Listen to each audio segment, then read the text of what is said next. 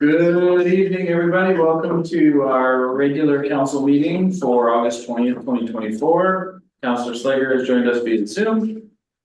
There are no amendments to the agenda, so if I can please have a motion to accept the agenda as presented. I'll make a motion to adopt the agenda as presented. I'll second it. Thank you, Councillor Antrim. Thank you, Councillor Paquette. All in favor? Aye. Carried. Adopt the draft minutes from the committee of the whole meeting of August 6th, 2024. I'll adopt those draft minutes. Councillor Burgess. I'll second that. Thank you, Councillor Hancher. Any questions or comments?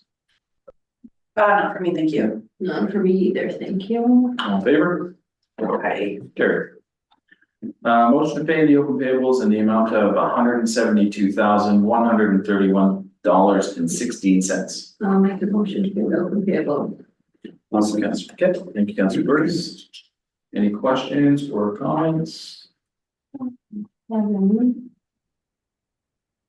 Just a question, I think I know the answer, but 62542 Associate of Yukon Communities. That's our annual dues. Yeah. Or that's our one payment towards our annual dues. I guess, the WCV amount, is that annual? Yeah. Just once a year, or is that quarterly? No, we get quarterly. That's a quarterly amount. Each member, and to put that in context, each member of the fire department is $1,000 per year. Oh, okay, So we get 20 of them, that's 20,000. makes sense. That's all for me, thank you. All in favor? I, Carried. Next on the agenda, we have the Q2 department reports. So any questions or comments regarding the reports? I had one. And it is regarding the. Hang on, I'm just trying to find the actual And line. your ownership, just for the record, there is no bylaw on because Connie's been off with death center families, so usually that's not in here.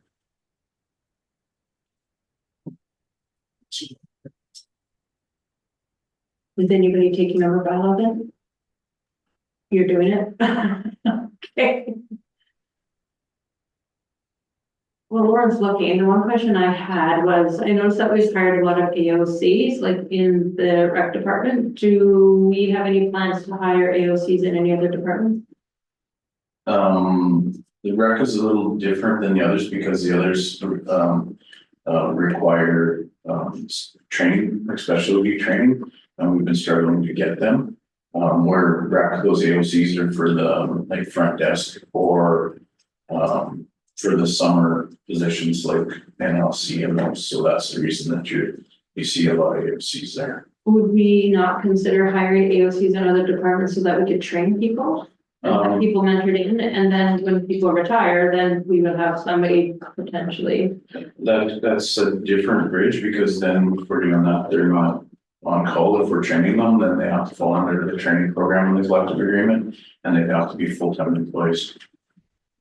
And how long would they have to be full-time? When the Depending training's on finished? what profession they were going into, but under the collective agreement, that's either 1, 2, or 3 year training thing, and they make 60% of the wages of step one in whatever field they're in. So it's not something that you've ever entertained? Well, we've done it with the water treatment, but so far not with the other streams because of the fact that it's a budgetary thing, right? So we would consider it if we found the right people, but it's a matter of trying to come up with the costs of doing other business with that. So yeah, it's something we've got a couple of new positions that you'll see, or the new council will see in the next budget year, that we want to bring back that we've had dormant since we did loss presentation in 2018. So we've had some dormant positions there that we would like to bring back on the books In where, sorry? in different departments. Oh, okay, So- what, you said lost. Lost. Oh, okay, Yeah. sorry. government positions. I just wasn't sure if that was I don't know, I just couldn't even get myself. No, so those are positions that we had laid off and not restaffed, and they've been dormant on the books that we were looking to bring back on. So now that we're in a better financial position. I have one question if you're finished. Yeah, I'm done, that one, I'm not tracking through. I just noticed in the public works.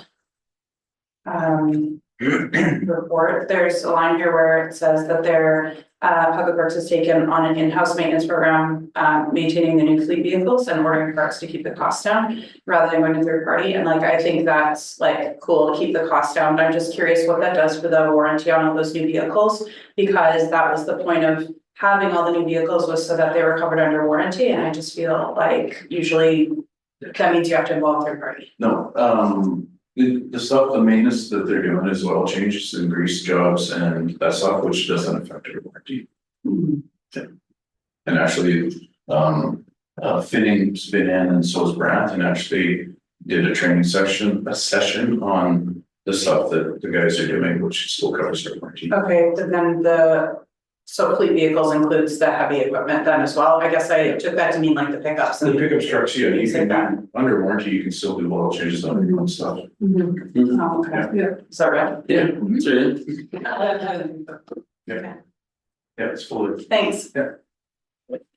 That's a good question, because I actually was under the impression that with new vehicles that you had to use a certified technician for oil changes and basic level mechanic, like maintenance. Same. Yeah. That's what I thought. If it's might be a bit different, they have equipment or. Yeah, well, for our equipment and our trucks, they're still covered under warranty. We have had no issues with it. Good. Yeah. You just have to register the number of kilometers when you're doing it, so that you can give proof that it was actually done. Okay, we keep full maintenance logs on every piece of equipment we have has a hard copy book that follows their full maintenance. And we've never, ever been questioned on it under our warranty. Thanks. And the other issue is the fact that we can't get third party To come down. to come here. Well, Brandt will come down and so will Finning, but that's a price that will be, it's actually like Grease something or. yeah, it's not feasible. And then, and there's currently nobody in town that'll do oil changes on trips and stuff, so. Sorry, I guess I also had one other question, and maybe I'm just a little bit ignorant about this, so excuse me if I am. The fire report about the grant that was received. Always loved to see funds coming into the community for projects, but I guess I'm just wondering about the amount that's gonna be spent on fire smarting. Just because, is that the mandate of our fire department? And is that not a project that is funded through Yukon government somewhere else? So, And I'm just wondering if like that money wouldn't be, like if there's things within our department that yeah, need that money. so in that grant application, the grant was, there was X number of dollars specific for fire smarting in municipal boundaries that came with that grant. Oh, okay. We cannot use it for anything else. Oh, I see. It was for that. And then Yukon government also puts up $30,000. So this year, in the government's budget cycle, which will end March 31st, we have $50,000 for fire smarting in the municipal boundaries. Next year it climbs. I think next year we might have 60,000 and the following year 60 as well. And there's companies that we can pay, like, I don't know. Yeah, so there's different They companies. said that they would contract somebody. Oh, yeah, no, I just wondered in town, like. Yeah, we- I think the Art First Nation does it actually. I was. Yeah, there's the Art First Nation, Daily Dana does it, and then there's also, a bunch of the firefighters from Wildland that get laid off here at the end of September. They're actually starting a, fire starting business as well. Oh, okay. So we'll reach out to see if anybody's interested. Last time we talked with, LFN, they were fully committed with their own stuff and they weren't interested, and David was in the same boat. So And who, like, looks at what needs to be, Wildland Fire. they tell us, like, this area looks bad. They do, yeah, they've done Assessment or It's, something. yeah, it's all part of the community wildfire protection plan that they've laid out for the community. And so it's laid out by priority blocks, and that's the way it works through. I think when they were here last time, they talked about. Yeah, So they can it's just from a while ago, so. that. Right. The other thing I had a comment, so the pool's closing on the 24th. When is the Northern Light Center? We're aiming for the Northern Light Center to be right on par for the end of September. Okay, That's, we have, I believe, and when I met with Shannon, before she had a staff meeting, not last week, the week before, that was the plan. It depends on the students, but we might have to go to reduced hours, but the goal is that we're not closing the doors till the end of September there. Yeah, and the pool's last day is Friday, the 23rd, and the water slide is the 24th, and then all our certified staff are gone to school the following week. That's all I have. Thank you for the clarification. I'm gonna circle back to wildfire for a second. Is there limitations to what the municipality can, choose to watch fire smart? Is there, do we have to go through LFN or YG? Like, It's I know all, how- it's through YG. But they're setting our locations. Yeah, And then if we choose a location, we can set and hire who we'd like to do that location. Yeah. But anything though, within like, what, interim protected land is, I think, to do right now. But everything that's in their scope right now is eligible to do. okay. Well, I think that interim protected land is where I'm headed, is that I think there's some difficulties with communications with the lands director at Elton and some of those locations being high risk without access. And few conversations that I've had that there's difficulties with that, and you know, maybe a letter or something reaching out to the lands to allow us to proceed with some of that might help encourage them to work with us. Yeah, I have a meeting with White.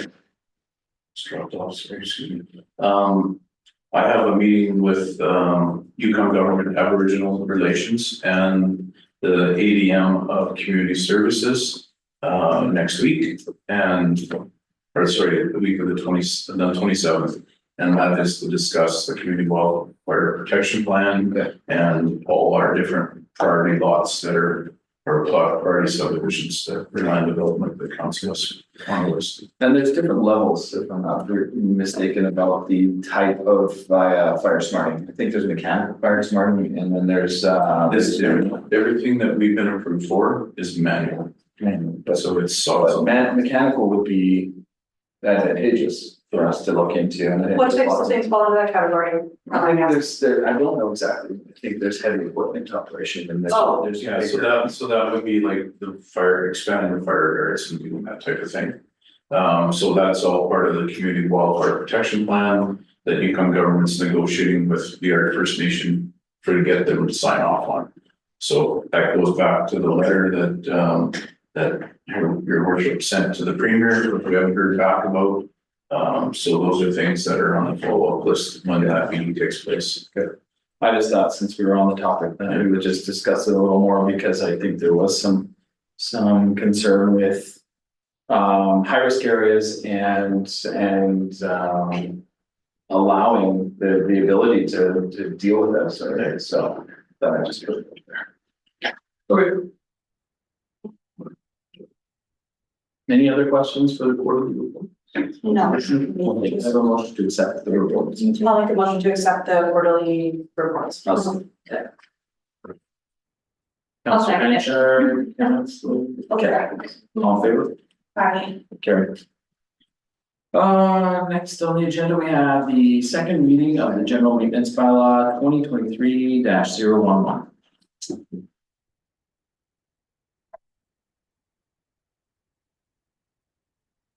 So we added in for the snow removal, every owner or occupier shall be responsible for maintaining the height differential between property entrances and maintain road surfaces. What does that entail, Ken? So, your worship, that got away from that clause, no, that's a replacement for that clause that Councilor Slater had issues with. Right. Where it said that everybody was responsible for their driveways and entrances to sidewalks. Or walkways, so the concern with everybody was the fact that we were telling, it sounded like we were telling them that they had to plow their driveway and do that. This is referring to the difference between their driveway and the road surface. So people can't come back to the town and say, well, you plowed the road, now there's a 1 foot drop going into my yard. Well, that'll put the responsibility on them, because it's not our responsibility to make sure everybody's driveways are down to a certain level, right? Because once you start plowing them, where do you stop? Because in some places, nobody shovels or plows their driveways all winter, so if we have a high snow year, you know, there could be a 2 foot height difference into the yard, so if, for us to start trying to transition that, we have to plow their whole driveway, and it's not what we're. Not what we do. Right? Okay, I don't have any comments on that. I'm happy to see the change to the wording. yeah, we do. And I will make a motion to for the second reading of the general maintenance bylaw. I'll second that. Councillor Hunter, thank you, Councillor Kett. Any more questions or comments? No. All in favor? Carried. Okay, we're on number 6 of the regular council meeting. I'll ask Councillor Hanchar to chair the meeting so I can step out due to a conflict. I will step out due to a conflict as well. Great. No, you're the next No, one. no, this is the airport one, sorry, I'm in the wrong part, thanks. We can't leave yet. No, that's all right. Please close the door.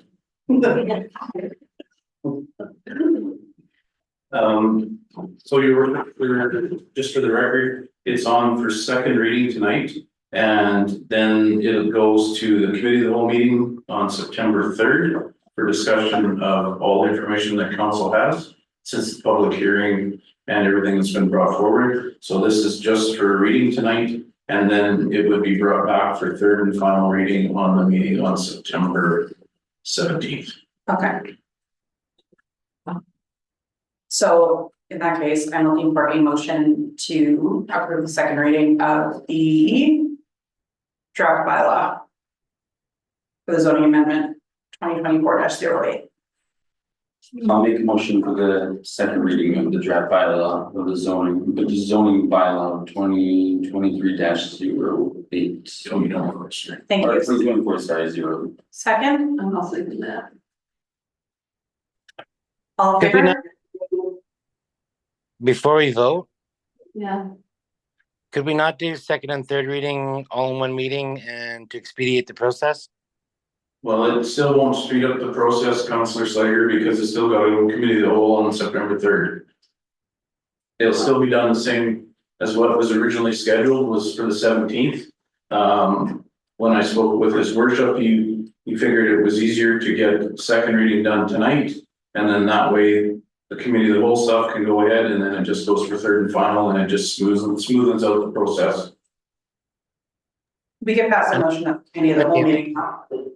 You could, We could, but yeah, it would go against everything else that committee of the whole can set up. we could, anyway. Yeah. So anyway, sorry, Thomas, your camera was off, but we already did all in favor. So, thanks. So that's passed, second reading is passed, this will be going to the committee of the whole meeting on September 2nd. Third. Third, excuse me, Yeah, sorry. and then we will be discussing it in detail. Okay, great, so. Sorry, I don't have that agenda. So the next one, your worship, is number 7, which is the signpost services request for letter of support. Great, thank you, so, Thank you. thank you. So what happened was I flipped it over to the thing from the last meeting so that I could. Sorry. Okay, so. Signpost services. Okay, so I'll just reread this letter that I wrote last time, or read last time. Signpost Services, also known as Watson Lane Tags, submitted a letter to council requesting the renewal of a support letter originally issued in May 2013 for Signpost Services Limited's purchase of lots 50 to 55, block 27 from the Yukon Territorial Government. The initial purchase was not completed at that time, and they are now in the process of continuing the transaction. An updated support letter is crucial for the success of our application. So we reviewed that letter at the last meeting, and we decided we didn't have enough information at that time to agree with providing a support letter. We wanted to know what the support letter was for. And so we did receive some more information, a map indicating where those 6 lots are, which is just at the back of the RV park there. And a response, if I can open it. So there's some questions asked by administration. The first one being what the intended use of the lots, what is the intended use of the lots being purchased?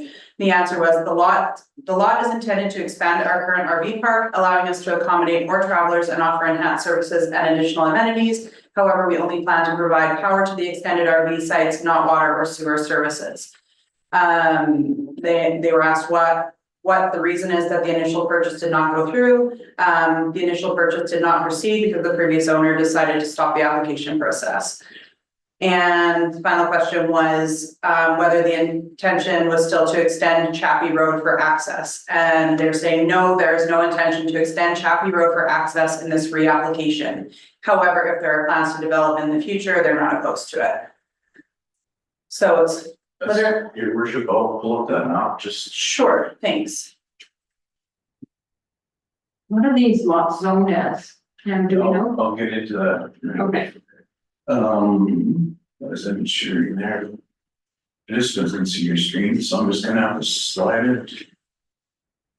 Thomas, can you still see it on your screen? You're muted, sorry.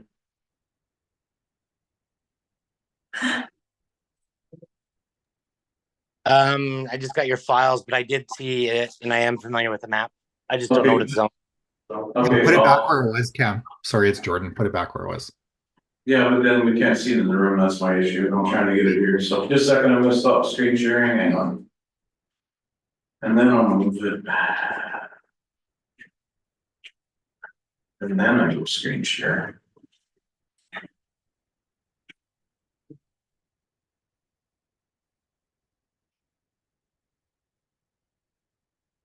Okay, how about now, can everybody see it? Yes.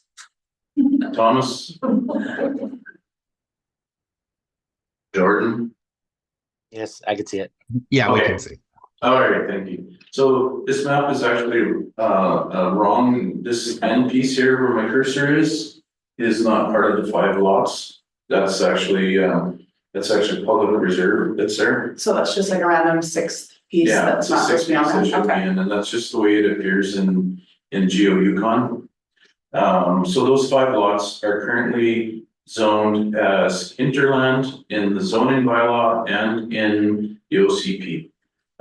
What's the definition of that again? It's future development down the road. There's no use, land use Oh, assigned to it. So in that definition, it would be the same as any other spot zoning that would take place in the municipal boundaries. Energy Mines and Resources, Lands Branch would reach out to us and ask us if the use of those lots would comply with OCP and zoning, current OCP and zoning.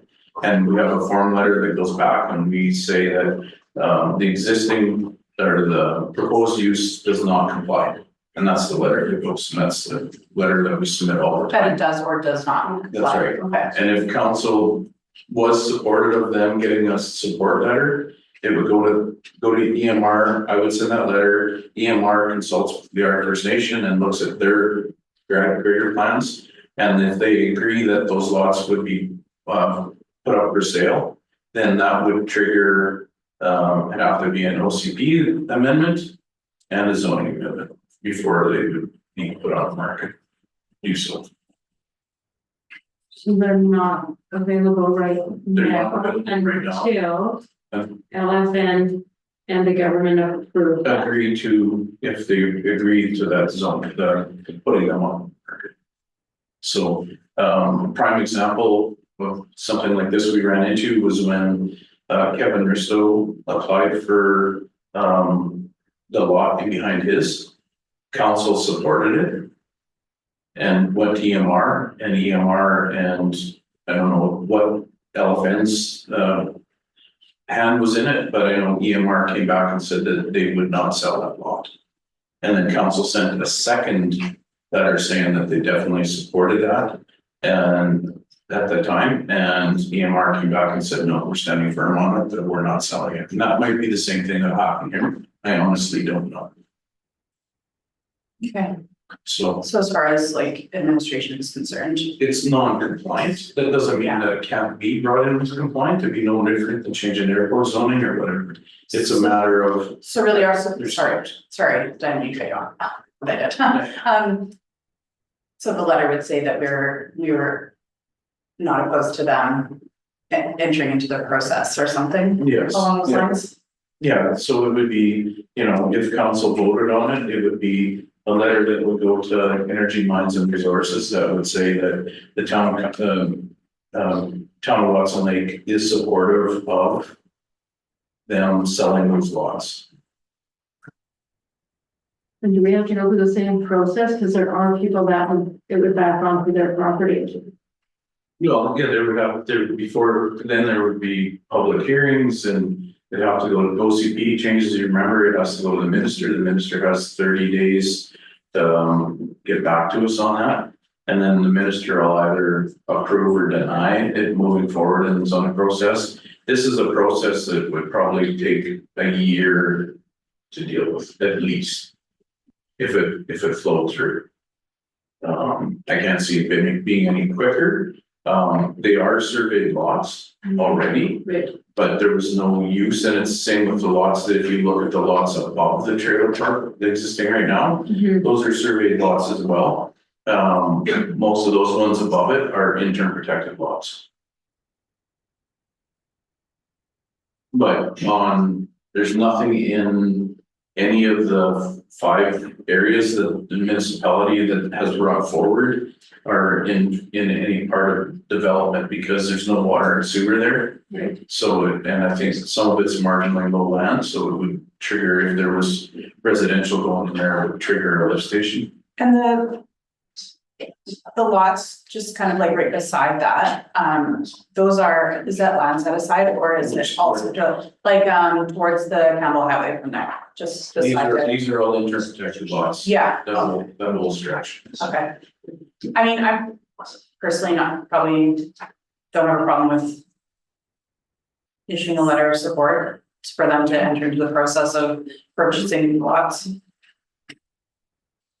It'd be nice to find out if the lots are actually available for sure, if it's something that they could do, you know? Yeah, the letter from council would be just, would be your support of them initiating the process, right? And it's not to say that they're gonna be able to purchase them, but it would be your council support of opening up or potentially opening those lots up for sale.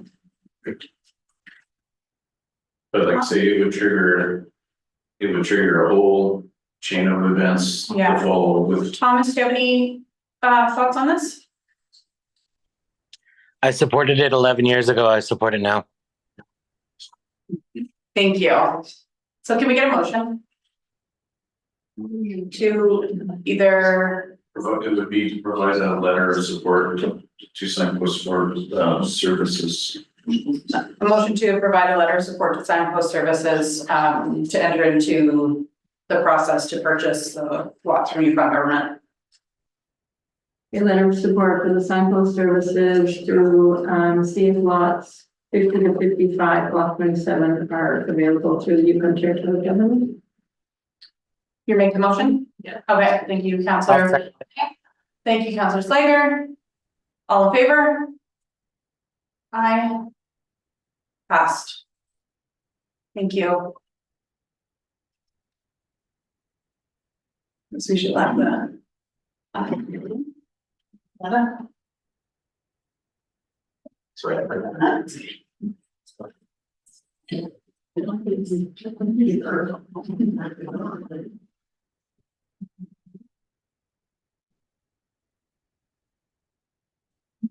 So I'll hand the chair back over to Mayor Irvin. Thank you, Councilor Hatcher.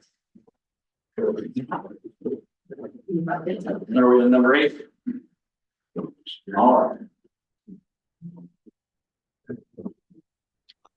At this moment, I must declare a conflict of interest, and I think I will sign off as of now. Thank you. Nothing for council open forum? I don't know when I could come back on though. Oh, We can text you. Yeah, it's all good. Okay, thanks, Councilor Slater.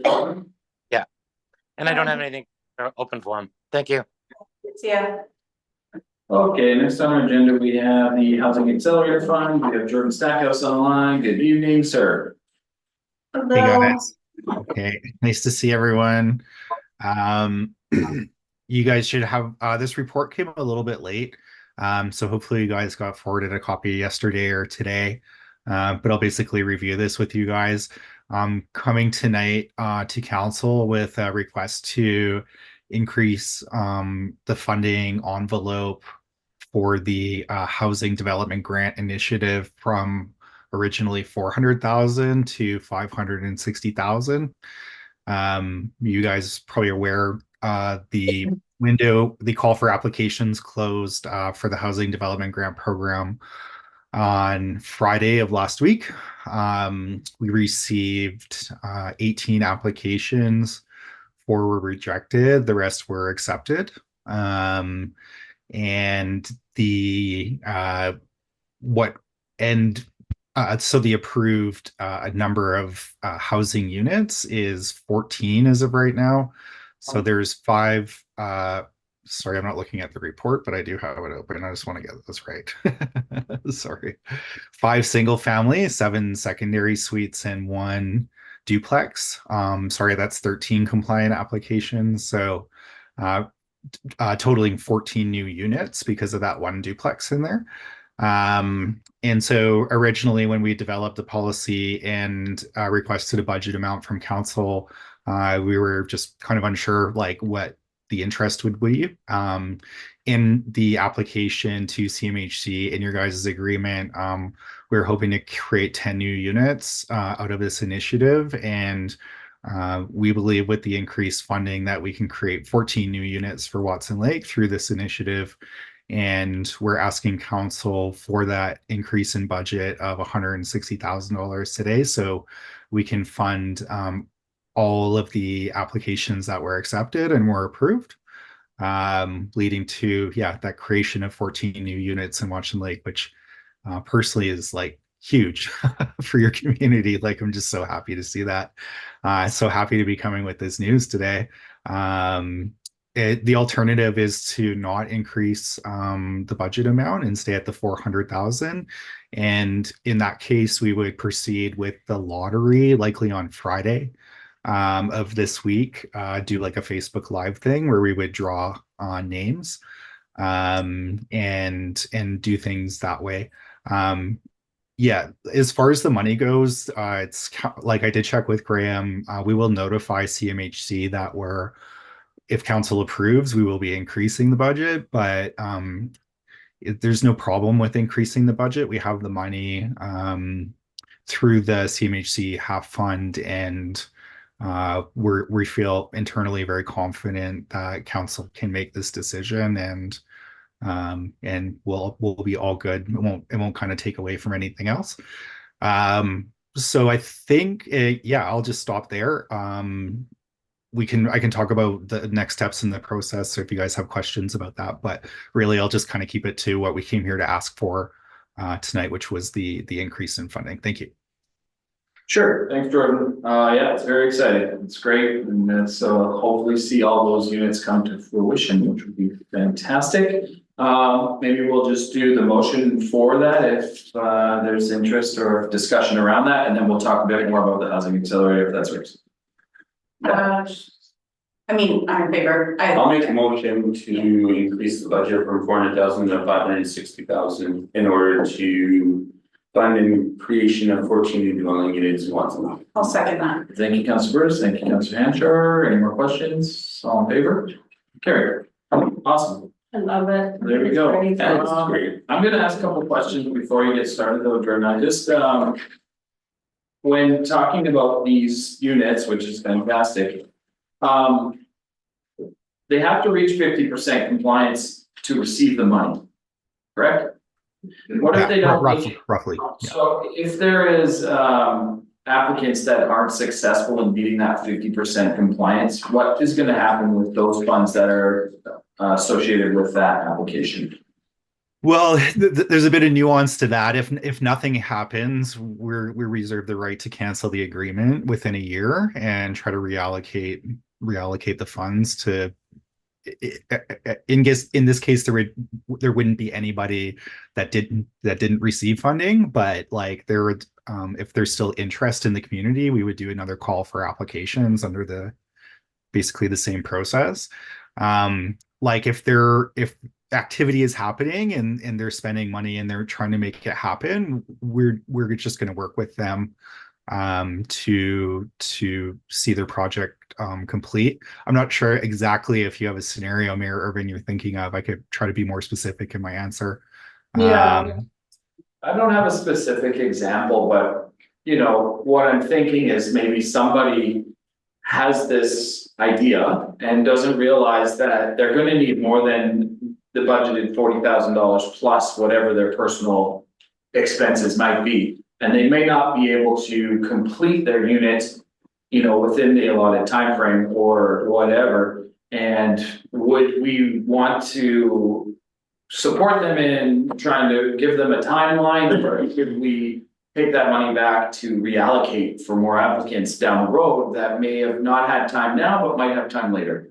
Yeah, I think, thanks for that clarification. I think as of the policy right now, the only case where we would cancel the agreement is if nothing took place, like they didn't start their project. If they're trying to make things happen and are running into roadblocks, I think, you know, I would just say we treat that on a case by case basis.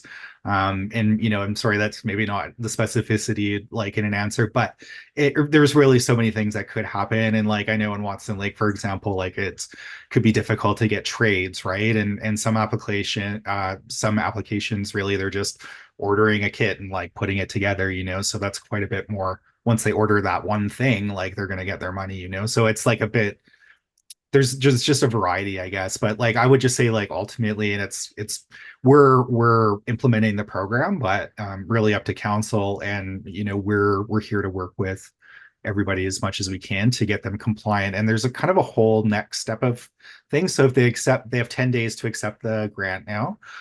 So we'll contact everyone that has an accepted approved application, let them know they've been approved, they have 10 days to accept it, and then they need to do building permits and those types of things where I think once they, you know, get a little bit further down the road, some of those issues like, holy man, this project's way bigger than I thought it was going to be, you know, that might reveal itself. And then So how long after that permit is issued do you have to, I'm sorry, I feel like we talked about this already, I just don't remember.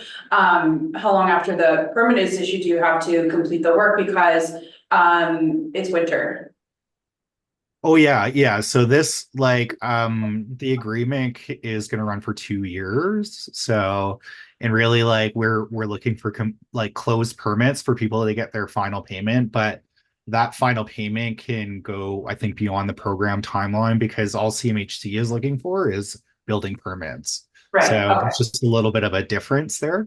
So we want people will have at least like a couple years, and then, you know, I feel confident saying like for that final payment, we could probably extend beyond the CMHC program timeline because we'll have fulfilled the agreement with CMHC before they get their final like occupancy permits. Thank you. So my second question to kind of follow up on that was just the transfer of money. You know, we have some pretty deep initiatives and some initiatives that I really appreciate and like. So the thought of taking a little bit from each one, or, you know, all from one, or whatever's going to work, I guess it's going to be the best bet. But I guess too, since the previous question and this question, would it be worth planning like a second intake with potentially 5 more applicants, or, you know, in case for some contingency planning. Next year. Like next year.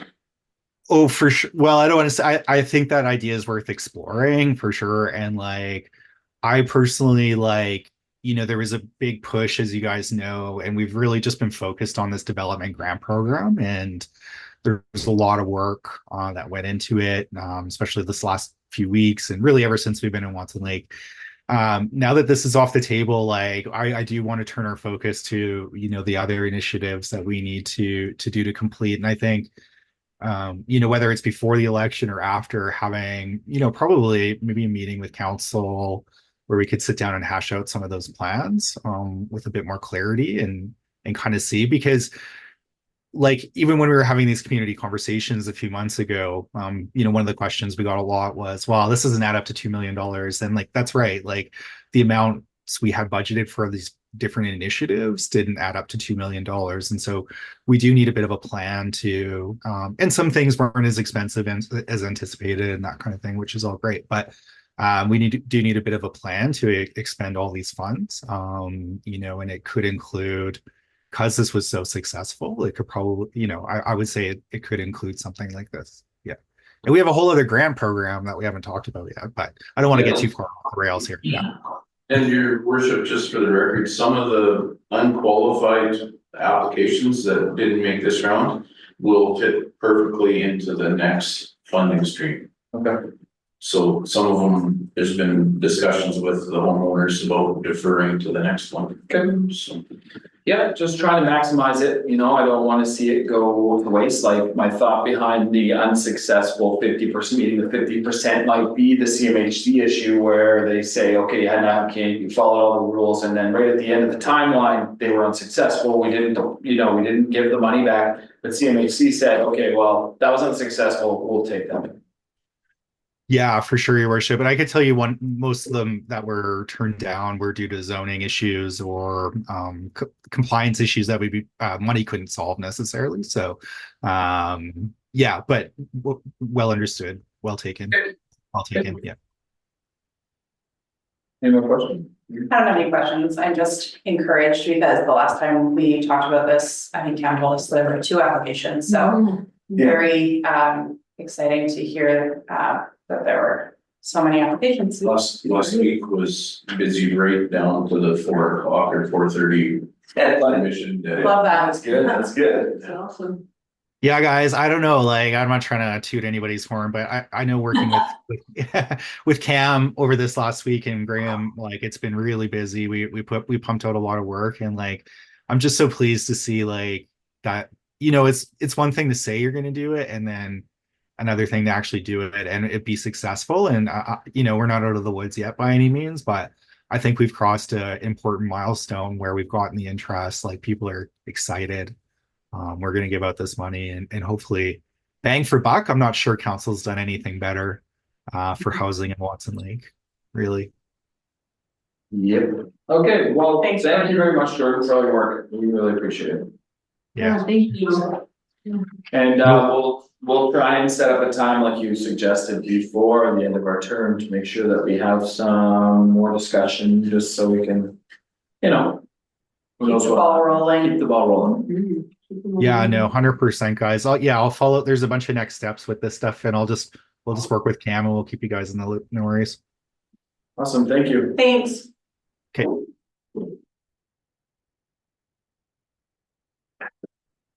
Okay. So next on our agenda, we have Councilor Oakenfold. Councilor Ashton, Councilor Paquette, Councilor Burtis. Yeah, I do have a question, and just building on last council meeting. So we talked about flags, talked about flagpole, we talked about what Whitehorse has. Flagpoles for 2 for the First Nations, 1 that's a special one. So last council meeting, we had decided to have 1 special pole. Is there any conversation or thought about having another pole, because LFN has certainly been asking us to set up a flag? So just wondering about that. I'm just putting that out. I just want to say we didn't decide on that last time. We decided to talk about it and to investigate it. Yes. So we didn't make a decision, Okay, just. So to thank you clarify. for the clarification, Yeah. but so then if we're gonna have a special poll for special flags, then can we along the highway have flags that are just for countries? And then leave the special flags for the special flag pole? I'm just putting this out there as a. So that ties into one of my things for Open Forum, and that is flag Do policy. you have an answer for? Oh, sorry, yeah. So, yes, just for clarity, the direction from the last council meeting was to administration to get quotes on the feasibility and the pricing of putting flagpoles. We're still waiting on that. So once we get that, then that'll come back to council for discussion. And if it's approved to purchase 1 or 3 flagpoles more, then that would spur a whole other discussion on flags. So until then, we're sort of status quo. And then if we get the quotes, it would go into next year's budget, and then that would be a decision that council of the day would have to make on the installation of it. Hopefully that answers your question. Thank you, that answers mine as well. Okay. Yeah, that's what I wondered, yeah, and then the other conversation is, if we're gonna have a poll for special flags. Can we then have flags on the highway that are just not special flags, So that are, I'm asking if that's something So that. that would go with the whole discussion once the decision was made to buy flagpoles to go, because right now the current policy is that the flags that are flying are the ones that are approved. Okay, So yeah, so we would have to approach it. It's a step-by-step process. Right. So, yes, that would all be brought back to council if the decision was made to put other flags, or install other flagpoles. and then figure out where you're gonna stop. Exactly. That's Okay, cool. and I mean, it's a whole nother discussion Yeah. for sure, that opens up a whole nother. Yeah. Kind of thing, but. So Yeah. if council approved in the October or in the budget process, which starts the new budget in January. Areas the new flagpoles would probably be in June. I think May too, so we're almost 10 months away from there. Yeah, okay. Sorry, Do you want to follow up on that? no, I just, that we will need a flag policy, that's all. Yeah. To go coincide with that, should we get that there? Yeah. That's all. Yeah, it's certainly new, right? Because I think the only flag that's not a country. Or maybe there's a couple along the highway is the pride flag and the town of Watson flag. Right? And the pride flag was requested maybe 2 years ago. And we accepted that request. 3 year Maybe worship. 3 years. Lost council. Okay, so to change that, it would be that part of that conversation and to have a motion to approve a policy that would make sure that all those things stay in one place with the flagpoles in certain locations, et cetera, because, flag Consistency. yeah, consistency. Did you guys just ordered a bunch of flags, correct? Country flags. Country flags, that's what I wondered, okay. That is correct. The flags don't last a season usually. No, actually, it's been super windy One, this year. two. Go ahead, Councilor. Two things. One, I was just thinking about the emergency, I might have the wrong acronym here, I keep saying EMO, but that's not the right one. But remember when we went to that meeting and we were all in the room with Joey and the guys from EMO, from Whitehorse, and Cam, you were there, and LFM was there, and DDC and everybody. And it was about a development of a emergency plan. Am I right? Was that it? Well, it was discussed, everybody's plans and what they have in place or what they're. Oh, okay, so I guess I was just, I guess I thought that the point of that meeting was to move towards like a emergency plan for the whole area.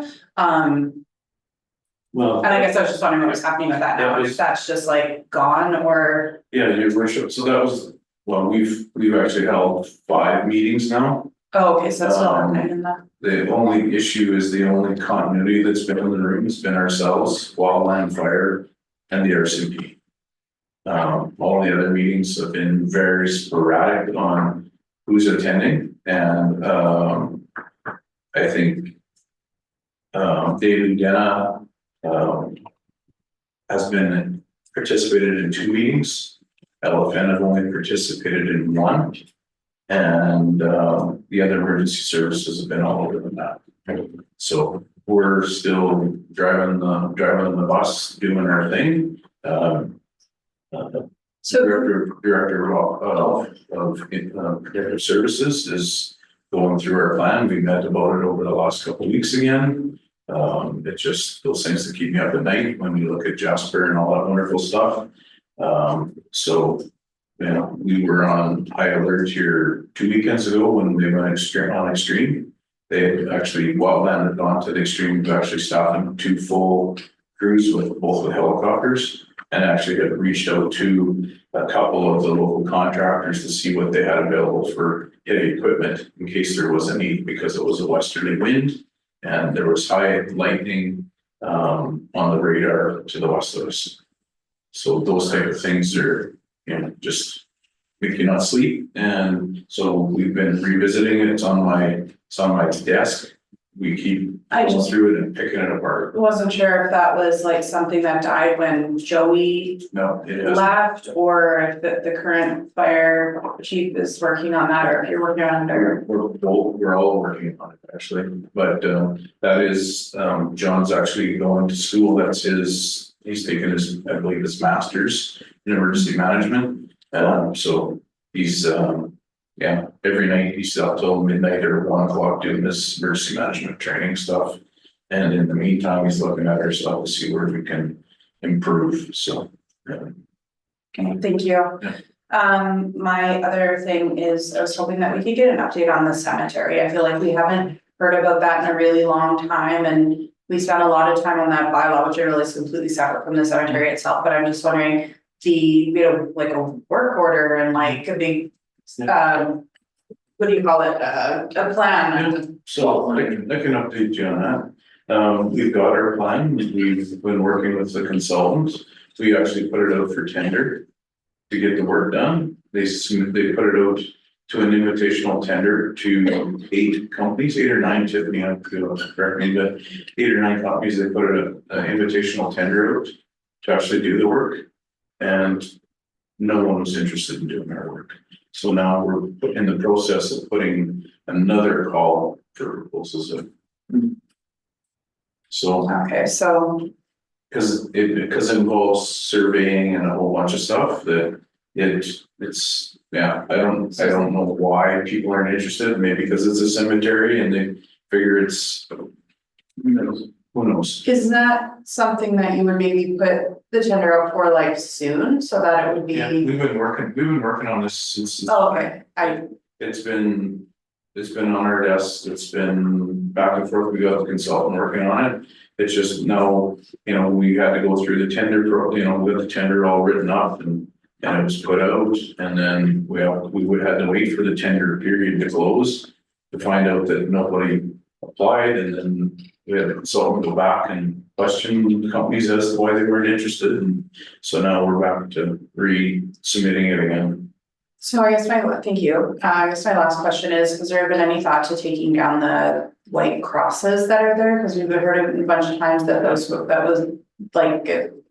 Yeah, well, I guess Cross we could take the crosses down on the unmarked graves. We just have to mark them with something else in the interim. So maybe we take the sawzall and cut them off. It's a white post. But truthfully, we hadn't gotten down that rabbit hole yet because I was hoping to have the work completed, so it would be throughout without us having to send staff that we're short on out there to do it. And then, sorry, what made me think of that, or bring it back to my mind, was I was reading in the one of the departmental reports that the guys have been, or will be doing some work, or have been doing some work out there, so. Yeah, there's a lot of work that needs to be done out there on filling a bunch of the old grave space that have sunken in, especially in the old cemetery. So yeah, it's on our priority list. It's just I need bodies to do the work. It's really struggling. Thanks. And I guess the last thing is just, I guess the 3 of us know it, myself, Cam, and Danina will be traveling to Dawson City on September 6th for the quarterly AYC board meeting.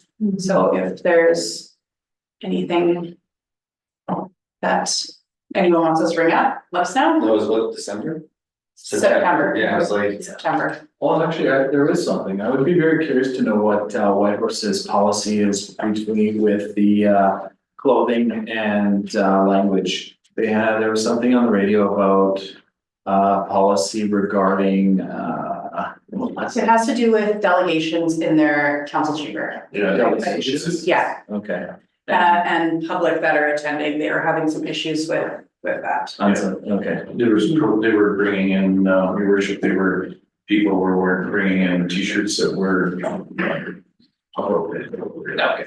And So so it wasn't so much directed towards council attire. No, it was about the general. the gallery, Okay, yeah. okay, thank you for the clarification. Okay, I have two questions. Okay, that's all for me, thank you. You guys look great. Parks. Are we in the process? Is there- RFP is, I think, 90% done? yeah, So are we gonna see parks this year? well, you or want. at least something that says we're gonna do some parks. No, the RFP is there, we went through and streamlined the parks. We've done all that stuff, so it's just a matter of Tiffany's I went through and axed a whole bunch of stuff in the RFP. Okay. So now Tiffany's back on holiday, so it'll be posted. Okay, is that trails as well as that Twilight Trail project? No, Is the that- Wildlife Trail project, your worship, is, the consultant's working on it, and I approved the yes of submission 2 or 3 weeks ago. So it goes to yes of now and goes through their whole process. And then also, I don't think they figured that we didn't have to go to the Department of Fisheries and Oceans because of the fact that it's a non-fish bearing lake. Yes, but there's so many requirements on turbidity in the water and all stuff, so the wheels have been moving on that nonstop. But it's the yes of stuff, we might still sit here next year waiting on it. Sorry, what you guys were You're not talking done. about, it's just about parks. I'm not done. Yes, I am. Has there been, so I know, like a survey went out for like the dog park and stuff, and that was like really well participated in. I'm wondering if something similar has been thought about regarding the parks, because we received obviously input, obviously just from a couple of people, but kind of implying that maybe they would like to see some other things in some of those locations, and I don't know if the rest of the community is in agreement, or like if it's worth doing a similar survey type thing for feedback, and then. So I can tell you that in this RFP, we've limited that because of the amount of funding that we have. We've limited to 3 park locations, and that's the relocation of the Highland Park to Wildlife Park. The other one is Teslin Crescent, because it's probably one of the worst ones we have. Okay. And then also the Dennis Ball Park at the pool rec center, because we have tourists there, we have, lots of people coming through there. So those are the 3 worst parks that we have. So we figured by this course, the cost of moving Highland to Wild Lake is gonna be a huge, probably the biggest budget impact. And then the upgrades of the other ones, they're in deplorable shape and they need TLC. So this RFP is for all 3? The RFP is number 3, all 3 Okay. individually. No, we want proposals, but it's all under, when you do the RFP like that, it says that we have $500,000 for these 3 parks. Here's what's currently in them, and you can reuse lots, because we know that they all what meets safety, Canadian Parks inspection guidelines. So you can reuse what's there, you can supplement to it. But we need, the base has to meet the new standards, so we either be sand or the rubber material or whatever. So we've asked for 2 different proposals for each park, I believe. Yeah. 2 different proposals in each park of options that they bring forward that we bring to council. And then council, and we know they know when they're bidding it, the maximum amount of money we're spending is 500K. Okay, And so just hypothetically, if the Highland Park is moved to Wiley Park, does that free up that little Area. pocket of land for something else Possibly a developer. or whatever? Yeah. Or okay. the only, I think those three parks are great. The other one, like, is a pretty high density. And like you have lots of people around, and I think that those are great. The only other one I would suggest taking a small look at is the Campbell. I think it's Campbell Way. It's kind of, It's in this, on this Sutton, Yeah. it's tucked into like. it is, it's, the whole location is poor there. Okay, I would prefer to find a better location for that one. Sure. Before we spend any money on it. Okay. But the rest of the parks, the other 3 of the 6 that we have. Where the plan is to bring them into next year's budget conversation. Okay. And council decides if we want to spend another 500K on the next 3 parks. my thought also would be, Francis Ave. I don't know if you have to have a specific amount of. Well, we actually, we do have the town does own a lot on Francis Ave. Okay. I don't know if you remember that through our Yeah, conversations. It's the one right behind the Sunby House at 600. Okay, So that lot is ours. Okay. So we do have the potential to put a playground on that end of town. That would be, like, there's no other playgrounds on that end of town, right? And so that lot is there and it will be level and able to be developed. great. Thank you. Thank you, man. And talking about parks, what's going on at you guys are pouring gravel and got rid of some trees over at the Northern Light Center? What's going on over there? Well, we haven't got rid of any trees over there. No? No, that is, we signed, Queer Yukon, who are a tenant of ours at the Northern Light Center, wanted to do their own community garden. And so I've signed an MOU with you for them to have a community, or with them for a community garden. They're gonna have flower beds and stuff there. And it was sort of a win-win for us because I was looking at a way to block out the public works yard from there. So they're doing raised flower beds and stuff right there. So that'll help beautify the area. It just looks like you're taking trees out of there because there's these, it's open there. Well, You it know, was always Oh, open. it's always open. It was always open. Yeah, when I met with them, I said that no trees could be removed.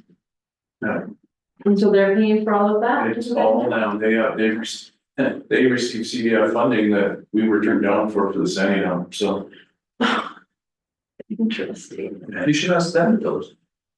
Yeah. Do you have another question? No. CTPS funding. Yes. Oh, You want me to live Wayne or you? you can go for it. So, It's fine. CTS funding has been, and Lauren can correct me on how long it's been around for, but probably 10 or more years. It's been a territorial funding through economic development. So it's from Education First, Yeah, and they just recently switched to active. yeah, it's been an Couple active. years. Well, geez, So sorry, what is? so it's called the Community Training Trust Society. Society. It's fun. Yeah. So anyways, it's money that we can use for training. Or it's open to municipalities and First Nations to cover training development for staff. Okay, Or So- for elected officials. Or elected officials, yeah, so if we had somebody come in and do training for you, we could submit into that to get a refund. well, okay, Or if our water treatment guys are taking their water treatment courses, we could apply to that to get their courses paid for. And so it's been a fund that's been around over 10 years. And this year, ECDEV decided that they were canceling it.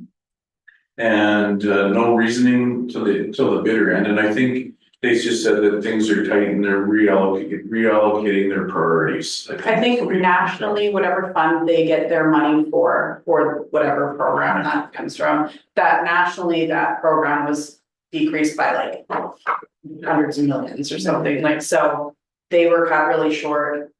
And so AYC's CTTS Yeah. thing was deemed to be lower priority than other things that they had going on. Yeah, but it's a huge hit for us, because now it's It's, well, probably, I don't know what we think for last year, maybe close to $20,000.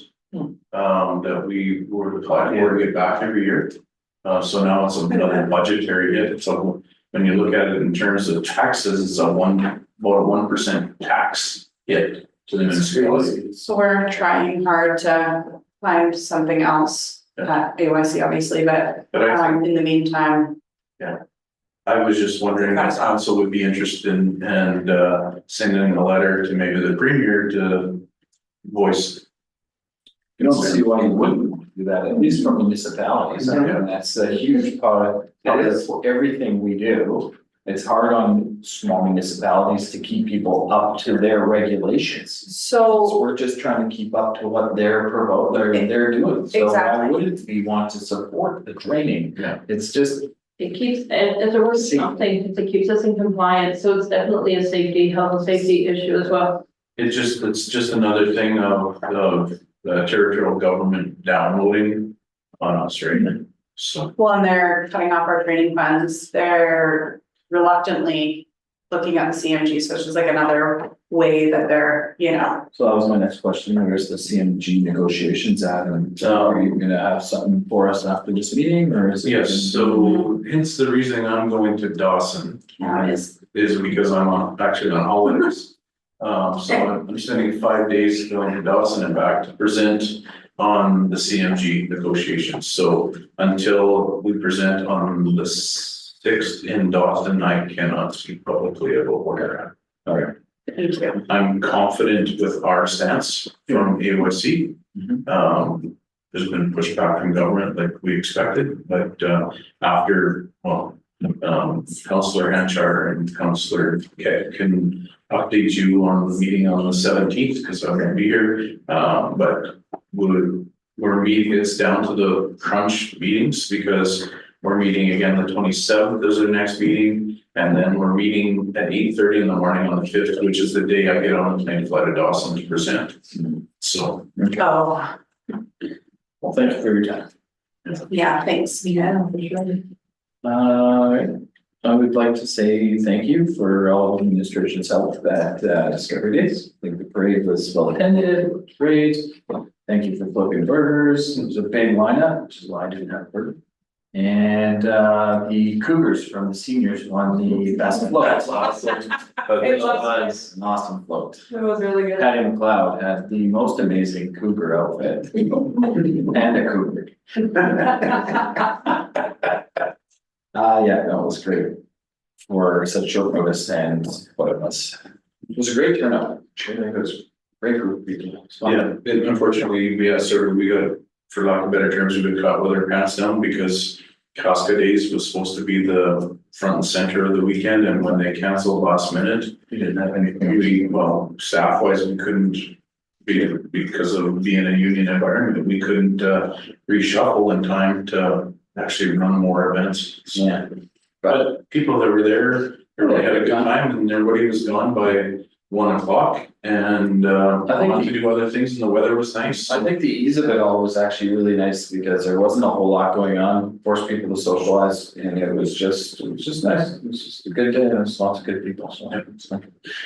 And the parade, I love it. I think that we have to put a little more effort into it, maybe on a municipal stance to, encourage people to partake, because there could be some nice floats, maybe guys riding bulls or, something. I heard a couple of businesses like the grocery store in town that maybe put a float in. Yeah. Riding bulls. Yeah, that's right. He's like looking at me like I'm gonna do it. But yeah, summer's coming to an end, Yeah. like the pool closing on Friday and slide on Saturday. Yeah. And the weather is in check, because it's showing like 16 and rain, Yeah. so it's that season. I have one last comment. I will say that the flowers, the hanging baskets look amazing. They look way better this year than they have in the last. They do, they look really good. So they look really good. Funny, but water. So thank you. Yeah, the flowers look tremendous everywhere. Yeah, so no, She has done a wonderful job and she's trying to get ahead on other flower beds and stuff that are. Even look out front of here where the new landscape, the chip with chips and stuff are in, it looks remarkable. I just got one comment. Is the lit working yet for the signs on the highway? It is not because the third party mechanic that's in town is got things held up. He currently has the fire truck apart and that is a priority over the lift. The parts for the lift are sitting in his shop for the last 2 weeks. Okay. But unfortunately, we've got the fire chief's truck is in there and so is actually pumper one. What lift are we talking about? The person list. Yeah. Oh, Also, and then on that point, yeah, the people that paid though for the year, We will be. like just can we roll that? Roll it over. That's all I hear. Okay, perfect. Just wanna make sure the people that have their signs there and paid already that. Well, I get. oh, I If see you, what if you're you getting go, at. if I you go didn't know. in the hallway, we have a stockpile. Yeah, I know, which is great. Yeah. It's good. I just wanna make sure that that rolls over because the season's pretty much over. It is over, Yeah, so- unfortunately. Yeah. It's just been a chain of events in between staffing and then the person lift going down. And that was a $10,000 part that had to come from the States. I, sorry, I have one final thing. Yeah. Sorry, this just goes back to the departmental reports, I just forgot my list earlier. In the utilities report, it is mentioned that a new or a spare pump was purchased. And I'm just wondering, now that we have multiple lift stations, are they all using the same parts? So like if some, Again, they're two totally different. does that make sense? It does, because the lift station, the new lift station that's being built on Francis takes a 4-inch or 6-inch diameter pump. And the pump that's in this one is a 10-inch diameter, because everything from the lift station on Francis gets pumped into this one. Okay, And then this is the big one that pushes everything all the way down to. it just seems like it would be nice if they had the same parts, so that, yeah, universal parts Yeah. that. No, then the price on the pump for the Francis Avenue one is gonna be minuscule compared to like this. Mhm. So, and plus we're looking at the volume that's going through, if. Let's say there's 5 houses built on Francis Avenue, the amount of stuff that the lift station will be moving is minuscule into the system. Okay, that was all, thank you. Have we heard anything about the cost of the lots on Francis? The which, The cost of the lots? no, we haven't. I have a meeting that's gonna be coming up with, the acting, Mr. Title is the director of, community services lands and the acting director of EMR lands branch. But the date hasn't been finalized because they're waiting on, a contractor to give them better templates. Which they're on piece though to. They were on pace to be done already, but, I've been told that, they might have been a little screw up on the surveying and they built the road too high, so they're in the process of cutting the road down to the proper. And the stuff with Marco, they're. Our hope is with the issue have been looked after with YG and everything's on par. But yeah, the Sidhu, there was 2 employees out there. I heard that. So, And Big Creek Bridge, do we know when that's supposed to? no idea. That's supposedly on, the guy stays at the RV department tags, that's the government guy, engineer, that's. Well, he said they're on par to hopefully finish this year, which. My comment was gonna be, not my pig, not my farm. Just because we've been sitting here, and sorry, I don't like doing this, but, don't have many more times to do so. But I just want to re-glance at the rec department's capital budget expenditures that we budgeted for, a couple of them like the gym equipment and a golf simulator. Are those in process or? The new title director, Yeah, they're on her list of things to clean up. okay, good.